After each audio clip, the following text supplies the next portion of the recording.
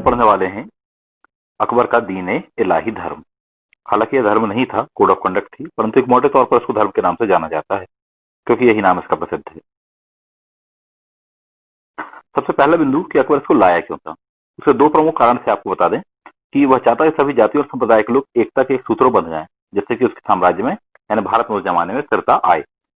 दूसरा, उसकी जो मंशा थी वह अपने आप को एक राष्ट्रीय सम्राट के रूप में प्रतिस्थापित करना चाहता था, जिस उद्देश्य से उसने इसे लेकर आया। साथ ही साथ वह यह भी चाह रहा था, कहीं ना कहीं ऐसा लगता है, कि प्रजा उसे भगवान के रूप में माने, यानी कि उसके नाम की एक लहर चले, लोग उसको काफी पूजे। तो इन दो उद्देश्यों के रूप में उसने इसे लेकर आया था।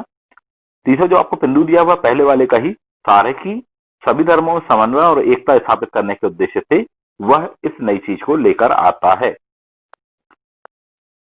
दीन इलाही का निर्माण कब हुआ। हालांकि यह एक अकबर की जो धार्मिक नीति थी उसके क्रमिक विकास की एक प्रक्रिया थी जो कि काफी पहले से डेवलप हो रही थी। इसे मोटे तौर पर आप कह सकते हो 1575 में जो इबादत खाने की स्थापना हुई थी, जिसे 1578 में समस्त धर्मों के लिए खोला गया था, तब से आप कह सकते हैं कि उसकी धार्मिक नीति नए रूप में ढलने लग गई थी। तो हम देखें 1582 में अकबर ने विभिन्न अपने जो उस जमाने के प्रतिष्ठित धार्मिक नेता से, महत्वपूर्ण सरदार से, विश्वास पात्र थे, उन सभी लोगों से चर्चा करके एक अनुरोध किया कि कोई एक ऐसा मार्ग बताइए कि जिसमें लोग सांप्रदायिक भेदभाव को भूलकर एक शाश्वत धर्म के अंतर्गत आ जाएं और उनमें कुछ ऐसे सिद्धांत डेवलप हों जो सर्वमान्य हो, यानी सभी लोग उसको माने और फॉलो करें। तो फाइनली इस उद्देश्य से अकबर ने एक सभा बुलवाई और उसके बाद में ही हम देखेंगे उसका जो एक प्रैक्टिकल फॉर्म होगा वो 1582 में हमको दीन इलाही के नाम से हमको मिलता है। इसे दीन इलाही भी कहा गया, दैवी एकेश्वरवाद भी कहा गया, तौहीद इलाही भी कहा गया, और हिंदी में अगर बोले तो ईश्वर का धर्म के नाम से भी इसे कहा जाता है। इसके तीन तीन चार चार हमको प्रमुख नाम मिल जाते हैं। पुनः मैं स्पष्ट कर दूं कि यह कोई धर्म नहीं था, बल्कि एक विचार था, या कोड ऑफ कंडक्ट कहने से ज्यादा बेहतर होगा। इसमें व्यक्तियों के जो समूह थे या जो लोग थे वो जो कि अकबर के विचार से सहमत थे उसे अपना धर्मगुरु मानते थे। महत्वपूर्ण बात है, धर्म क्यों नहीं था ये, क्योंकि पहली बात, ना तो इसका कोई देवालय था, ना ही इसका कोई देवता था। दूसरा पॉइंट, तो इन दो चीजों का होना बहुत ही आवश्यक होता है किसी धर्म के लिए, जबकि इसमें ये वाली बात नहीं थी। तो स्पष्ट हम कह सकते हैं कि यह कोई धर्म नहीं था। कभी कभी प्रारंभिक परीक्षा भी पूछता है और प्रायः मुख्य परीक्षा में इस तरह से कॉन्सेप्चुअल क्वेश्चन जब वो पूछे तो आपको ये उत्तर बताने चाहिए। नेक्स्ट बात करते हैं दीन इलाही के सिद्धांत क्या क्या थे। हालांकि इसमें 7-8 सिद्धांत हमें प्रमुख रूप से मिलते हैं, परंतु मोटे तौर पर हम अगर देखें, एकता, ईश्वर की एकता में विश्वास, यानी जो भी धर्म को मानेगा उनके लिए ये सिद्धांत सुनिश्चित किए गए थे कि सभी धर्मों के जो ईश्वर हैं वो एक ही हैं और इन सिद्धांतों को मानना चाहिए। जब लोग एक दूसरे का अभिवादन करते थे तो उनका जो प्रसिद्ध वाक्य था या सबसे ज्यादा जिस वाक्य का उपयोग करते थे, दैट वाज अल्लाहू अकबर या जलालुल्लाह अकबर करके वो यूज करते थे। इस धर्म को मानने वाले या इनको, इस सामाजिक संहिता को मानने वाले लोगों के लिए मार्गदर्शन वगैरह प्रतिवर्जित था। इन लोगों को अपने जन्म के समय प्लस या अपने जीवन काल में ही एक श्राद्ध देना आवश्यक था, जिसमें लोगों को या कमजोर से लेकर समस्त वर्गों को भोजन खिलाने वाली बात थी। इस धर्म के हम देखेंगे 4 प्रमुख आदर्श माने गए हैं। कौन कौन से? इज्जत, समान धर्म, संपत्ति और सम्राट के प्रति स्वाभिमान की भक्ति। इन 4 सिद्धांतों से भी हमें अकबर की मंशा काफी हद तक स्पष्ट हो जाती है कि उसने क्यों इस चीज को लाया था और इस फॉर्म में उसने उसे क्यों प्रस्तुत किया। लास्ट पॉइंट इसमें दिया हुआ है कि सूर्य का सम्मान और अग्नि पूजा भी इस धर्म का एक महत्वपूर्ण अंग थी, या ऐसा करना पड़ता था या करते थे ये लोग। दीन इलाही के प्रसार के बारे में हम बात करें तो इसको मानने वाली संख्या ज्यादा नहीं थी, इसका ज्यादा प्रचार प्रसार हो नहीं पाया। मात्र उस जमाने में 22 लोग इसको मानते हैं, मात्र 22 लोगों ने इसको स्वीकार किया था, जिनमें से एकमात्र हिंदू था, उसका नाम दिया आपको, दैट इज बीरबल। बाकी 21 ऐसे मुस्लिम थे। काफी लोगों ने इस चीज का विरोध किया अकबर का, खासकर उसके द्वारा इस नए प्रकार के धर्म को चलाए जाने का उन्होंने विरोध किया।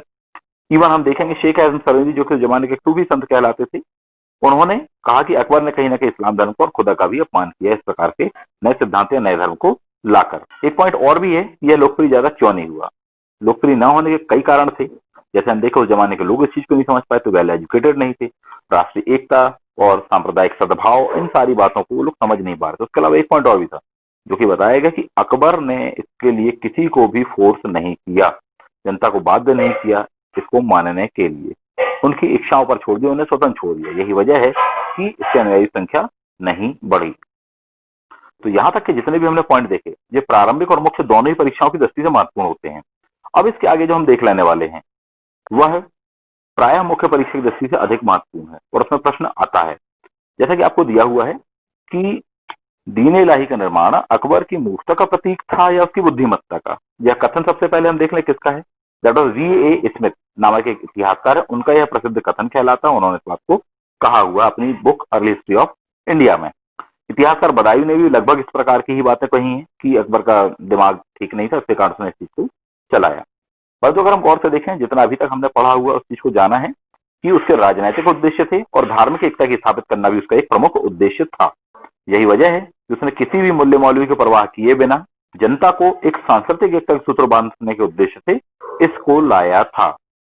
लेनपुल के अनुसार भी हम देखें, वह भी यही कहता है कि हिंदू और मुसलमानों को एक कड़ी में बांधने के उद्देश्य से अकबर इसको लाया था, क्योंकि यह उसकी एक राजनीतिक आवश्यकता थी। इसी प्रकार की एक बात कर्नल मौलिसन ने भी कही हुई है। वह चाह रहा था कि हिंदू और मुसलमान अपनी पुरानी कटु स्मृति को बनाकर बोला दें और एकता के एक सूत्र में बन जाए। यही वजह है कि उसने एक नए धर्म की नींव डाली, जिसे दीन इलाही के नाम से जाना जाता है।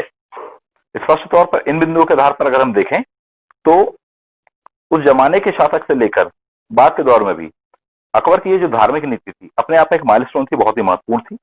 इससे धार्मिक सहिष्णुता, एक धार्मिक उदारता और धार्मिक एकता का वातावरण कायम होने वाला है। अगर हम इस चीज का कंपैरिजन अकबर के समकालीन जो उस जमाने के शासक थे, चाहे वो भारत के रहे हो, चाहे भारत के बाहर के रहे हो, यूरोप के जो तत्कालीन शासक थे, उनसे कंपैरिजन करें, इतनी उदारता, इतनी सहिष्णुता की भावना हमने उनमें से किसी में भी देखने को हमें नहीं मिलती है।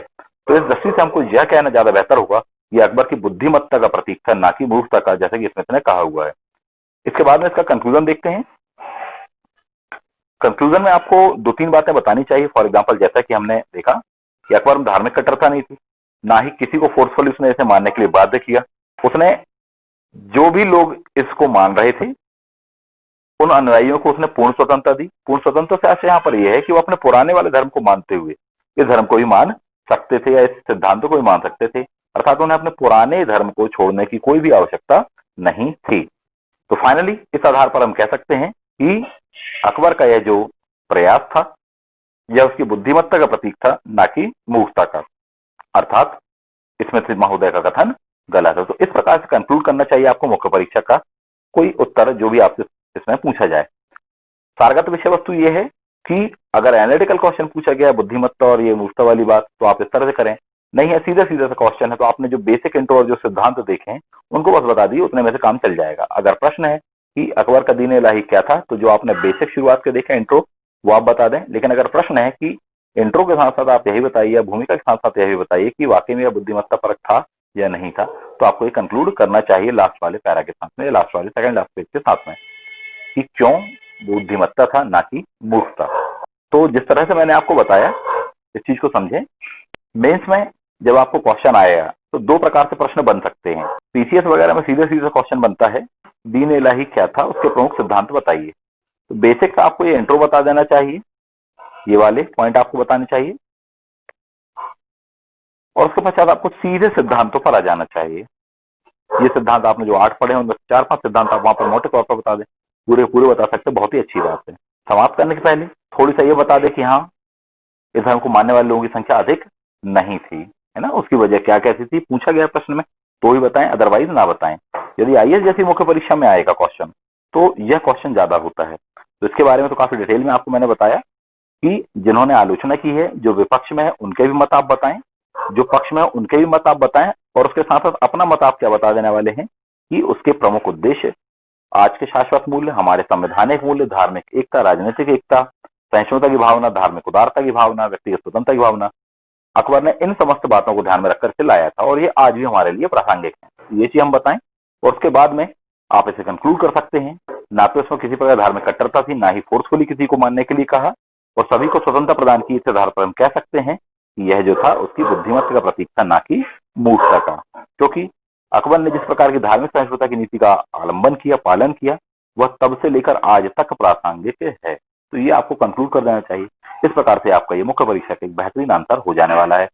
आपने जाना आज दीन इलाही के बारे में, बेसिक उसके पॉइंट्स के बारे में, चाहे प्रारंभिक परीक्षा में या मुख्य परीक्षा में आपको इसके उत्तर देने हो, तो इन बातों के आधार पर आप लगभग समस्त उत्तरों को दे सकते हैं यहाँ पर। तो यह वीडियो आपके लिए दोनों ही दृष्टि से महत्वपूर्ण था, प्रारंभिक परीक्षा और मुख्य परीक्षा की दृष्टि से। जो भी आपके कमेंट हो जरूर बताइएगा।